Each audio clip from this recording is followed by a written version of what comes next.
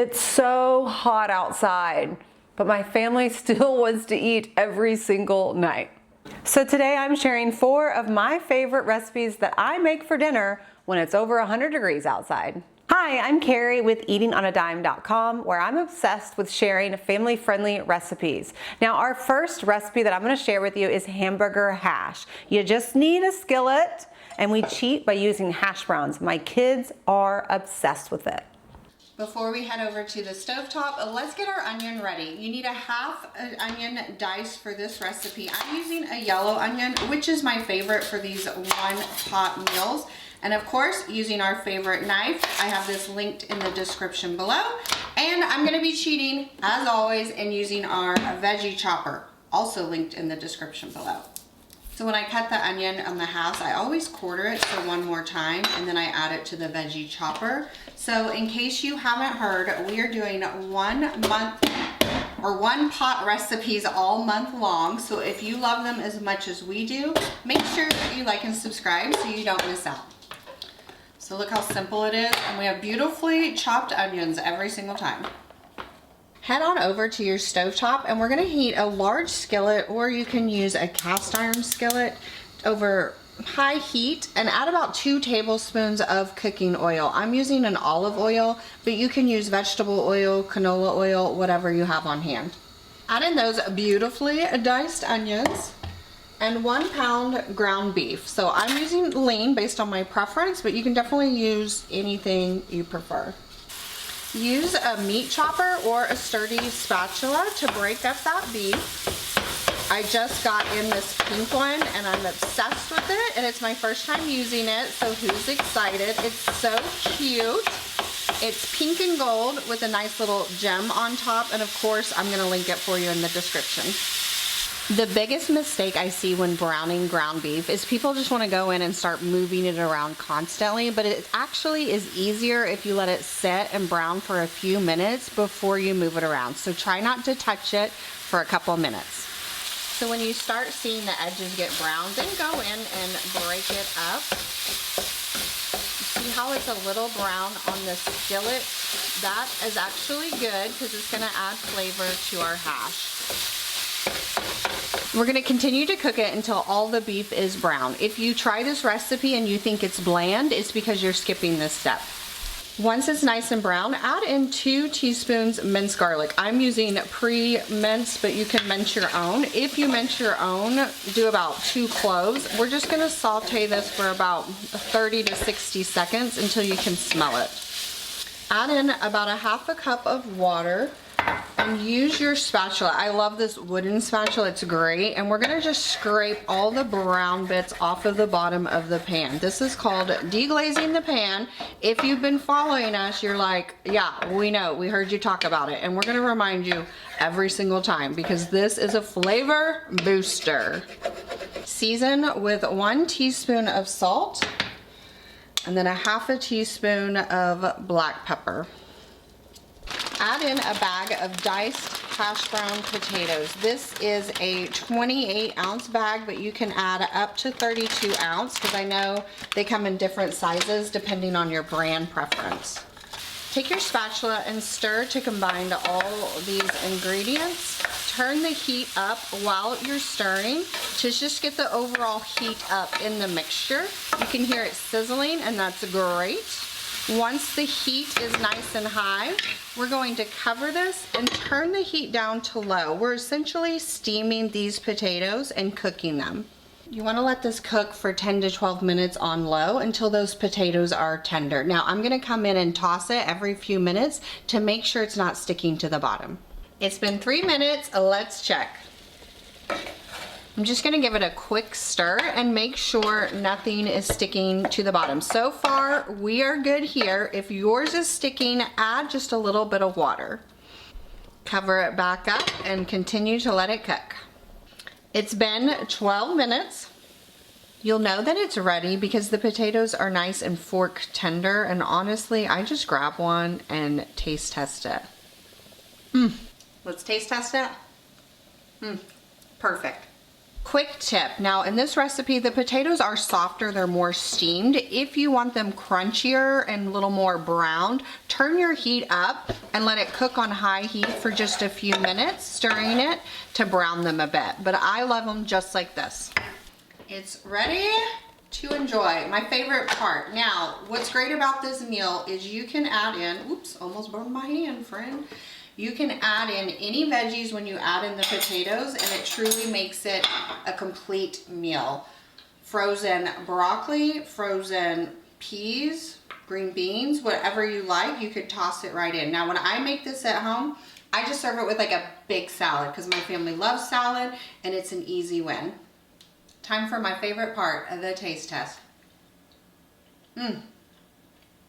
Delicious. Our second recipe today is actually my daughter's favorite. It's chicken Caesar wraps. It's a no-cook dinner because we're using rotisserie chicken that you can buy at the store. Can you believe that chicken Caesar salad wraps are actually over like $20 at your local restaurant? Because today I'm going to show you how to make them for less than $2 each. Chicken Caesar salad wraps are so easy to make and they come together in minutes. We're using leftover chicken or rotisserie chicken, and you can throw these together whether for dinner, lunch, or for the lake, or for a picnic. They're ready to go. Hi, I'm Carrie with eatingonadime.com, and I love helping you eat well on a budget. Let's get cooking. Chicken Caesar wraps. I love making chicken Caesar wraps when it's warmer outside. It's the perfect quick dinner. It's great for lunches, and it's also great for picnics or when you're out on a boat because some people just don't want sandwiches. First, we got to start off with some cooked shredded chicken. We've got our rotisserie chicken, and you're gonna need about 2 cups. This is for 6 servings, so you can adjust it. And the great thing about our website is you can actually adjust the serving size to how many people you need, whether you're feeding a few or like a big crowd. Next, we need some romaine lettuce shredded. I got the fresh romaine here. 2 options. You can just slap the lettuce right on top and be lazy. You could run your knife through it and chop it up, or you can just tear it with your fingers. Most Caesar salads, you'll see that they're usually kind of torn and chopped up. You're going to want about 1 of these per wrap, a little more, a little less, depending on how much you want. I went ahead and added a little bit more lettuce because I want some more crunch, but before we keep going, let's talk about this. This is a wrap. It's not actually a tortilla. You're going to need the 10-inch wraps and 6 of them if you're doing a serving of 6. You're going to find these in your local grocery store, either in the produce aisle or on the same aisle as the bread. Next, you're going to put 1/6 of the chicken, which is about 1/3 cup. I'm going to make sure it's into bite-sized pieces. So since I'm using rotisserie chicken today and it gets kind of long and shredded, I am just going to cut it in half just so it's easier to take a bite of when I want to eat it. A little bit of Parmesan cheese to top it off, and you can't have a Caesar salad wrap without some crunchy croutons. You're going to need 1 cup of Caesar salad dressing, but I'm just doing a drizzle. We eyeball it here. So we're just gonna do a drizzle. We actually do have a homemade recipe for Caesar salad dressing as well. I'm gonna include that link in there for you. It's really good, friends. Woo, it's a big daddy. This one got stuffed real quick. Fold in the ends like this, just like you would a burrito. Fold it over, tuck this in, and then continue rolling and press it down. Then we just gotta get a big knife and cut it in half. I like to be silly and cut it at a diagonal, just like they do when you go to a restaurant. Oh, I'm so excited. Aren't they just so pretty? Oh, my mouth. So good. I told you it was that easy. My daughters are obsessed with Caesar salad wraps and they love buying them at restaurants, but they love these at home even more. There we go. 3 super simple and easy but tasty recipes that you can make with rotisserie chicken. Let me know in the comments which one are you gonna make first. And if you love easy recipes like I do, make sure you watch this next video and don't forget to like and subscribe. I don't want you to miss any more of our super fun, family-friendly recipes. I'll see you next time in my kitchen, friends. Bye. Recipe number 3 is taco rice. It's a one-pan dinner. Everything cooks in the skillet, and my boys are obsessed with it. It's 5 easy ingredients, so anybody can make it. If you have 5 ingredients in one pan, you can make dinner. Today we are making taco rice. It's cooked in one pan, and the rice even cooks in the pan, so it's so easy, and I promise the rice is never mushy. I'm Christina with eatingonadime.com. We love teaching everyone how to make budget-friendly dinners at home, and today's recipe is under $10. Let's get cooking. Heat a large skillet over high heat, and we're going to add in 1 pound of ground beef. Now you can use ground chicken or ground turkey if you prefer. Break up the beef. We're going to brown this completely. Now when we brown ground beef, break it up once and then let it sit and cook to get it nice and brown on all the sides. So the trick to ground beef is not to break it up too soon. You want to let it set and caramelize and actually brown. A lot of people start breaking it up right away, and you really just get steamed ground beef instead of brown. So resist that urge. Also, I know you guys are asking about my pink meat chopper already. It's linked in the description below. Once you start seeing it brown up around the edges and you can see it on the pan, it's good to go in and break it up and toss it with this, because you want to get it broken up and brown on all sides. Continue to break up the beef as it cooks. If you have any excess grease or water, drain it off at this time. I use lean ground beef, so mine's looking good. Season the beef with 1 packet of taco seasoning mix. You can use homemade as well, and I've linked that in the description below. Add in 3 cups water. Then add in 1 cup salsa. Any salsa will work, whatever your favorite is. And last, 1.5 cups long grain rice. You want to make sure to use long grain. This is going to prevent it from getting mushy. Stir to combine the ingredients. Turn the heat up to high and bring it to a boil. Once it's boiling, cover, reduce the heat to low, and let this simmer for about 15 to 18 minutes until the rice is tender and the liquid is absorbed. While the rice is cooking, let's get the cheese ready. We want about a 1 cup shredded cheddar cheese for this recipe. I like to shred my own just because it melts creamier and it tastes better. You can use any type of cheese that you like. You can use Colby Jack, you can use pepper jack if you want a little spice. And if you're in a time crunch, just use the pre-shredded. It'll still taste great and it'll work perfectly. You just need 1 cup, but I like to make a little extra because I like to munch on it while I'm cooking. It's been cooking for about 17 minutes and I've been checking on it, and look at that. The water is nice and absorbed and the rice is tender. Go ahead and turn off the heat, but leave the pan right here, and we're stir in that cheddar cheese. The heat from the meal will melt the cheese, so you don't need any more heat added.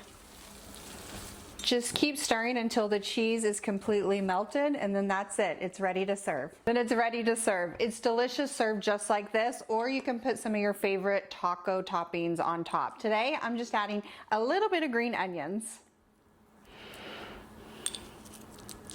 My kids are obsessed with this recipe. It has so much flavor and it's so easy to whip together. I love just serving it with a favorite like green veggie, and dinner's done. Can't wait to try this. Amazing. And remember, this is only $10 to make. So if you love cheap recipes that still taste amazing, check out our next video. All right, I'm out of here. This taco rice is calling my name and I am hungry. It's officially dinner time. Don't forget to like and subscribe, friends, so you never miss one of our easy and delicious recipes, and I'll see you next time. Bye, friends. I could eat this every day. It's that good. Now our last recipe, I've actually been making for years, but just recently shared it on Eating on a Dime. So it's actually Rice-A-Roni chicken casserole. It's my way of making a lazy dinner. Now it's a casserole, but everything cooks in the skillet. So it's super simple and perfect for a hot night. But my favorite part is that the kids love it every single time. This recipe serves 4 people, and we're going to start off with a pound of boneless, skinless chicken breast. You can also do chicken thighs. I just highly recommend that you use boneless, skinless. Can't talk. First thing I'm gonna do is chop up these into bite-sized pieces. We're making a casserole into the skillet. So it's a casserole, but it's a one-pan skillet, so these all need to be bite-sized. So you decide what bite-sized pieces are, but I like mine pretty small because, number one, it cooks faster, and you'll get a little bit of chicken and a little bit of rice in every single bite. And that's the hardest part of the meal. Let's head to the stovetop and get to cooking. In a large skillet, heat about a tablespoon of oil. Then add in that diced up chicken. Now we're going to spread this out into a thin layer so that chicken can begin to brown. Now the seasonings are simple. We're going to do a half a teaspoon of black pepper and a teaspoon of salt. Time saving and money saving tip. If you have leftover chicken that's shredded or diced up, you can use that in this actual recipe. It's a super simple way, and then you can actually have dinner ready in under 20 minutes. Now you're gonna wanna saute this, but actually let it sit until you see white on the sides and it begins to brown. We want those little white, the little brown spots on the bottom because that adds all the flavor to our sauce. Now go ahead and start to flip them after 3 to 4 minutes when you start to see it brown. Then we're gonna let them sit for another 3 to 4 minutes. Then add in 2 tablespoons of butter and let it begin to melt. Then we're gonna add in the box of Rice-A-Roni. Take out the packet and dump in the rice. Now we're gonna saute this in that butter for about 2 minutes before we add the rest of our ingredients. Now if you notice your pan getting too hot or too brown, go ahead and turn it down to medium heat. Now add in 2.5 cups of water. Take your spatula and scrape the bottom of the pan. Being careful not to get the water out of the pan. Then add your seasoning packet. This is why our seasonings are so low. We're just going to mix this in. Once it's mixed in, all we have to do is let this come to a boil. So if you turned your heat down, go ahead and turn it back up. Once it comes to a boil, go ahead and add the lid. Then turn the heat down to low and let it cook for 15 to 20 minutes. Make sure you stir it a few times in between. You're gonna let this cook until all that water is absorbed and the rice is nice and tender. It's been about 15 minutes. I already checked it. The rice is tender. The moisture is all absorbed, so it's ready to eat. I'm so excited about this. Here's an awesome trick too, is you can actually throw in any veggies. When you throw in the seasoning packet and the water, you can throw in any kind of frozen veggies and you have everything cooking in the pan all at once. I have done frozen peas and carrots, and I've also done some frozen broccoli chopped up. Love it. Okay, it's my favorite time, guys, eating it. Remember, you can get the full recipe. The link is in the description, or you can get all our budget-friendly recipes at eatingonadime.com. I just love sharing. I mean, this is such an inexpensive meal, and it's so tasty. I just love sharing these with you. Okay, let's get a bite. Scoop it up, Carrie. Even when it's over 100 degrees outside, you can still make dinner. Now, all of these recipes are linked in the description below, but we also have a post that there's actually 6 more. So we have 10 recipes that we love to make when it's super hot outside that you'll find for free on eatingonadime.com. And if you love budget-friendly recipes just like this, make sure you watch our next video. Don't forget to like and subscribe so you don't miss any more of our recipes. We love hanging out in this kitchen with you, and we want to help you save more money and eat well on a budget. Thanks so much for joining me. Remember, you can beat the heat with these easy recipes. I'll see you next time, friends. Bye.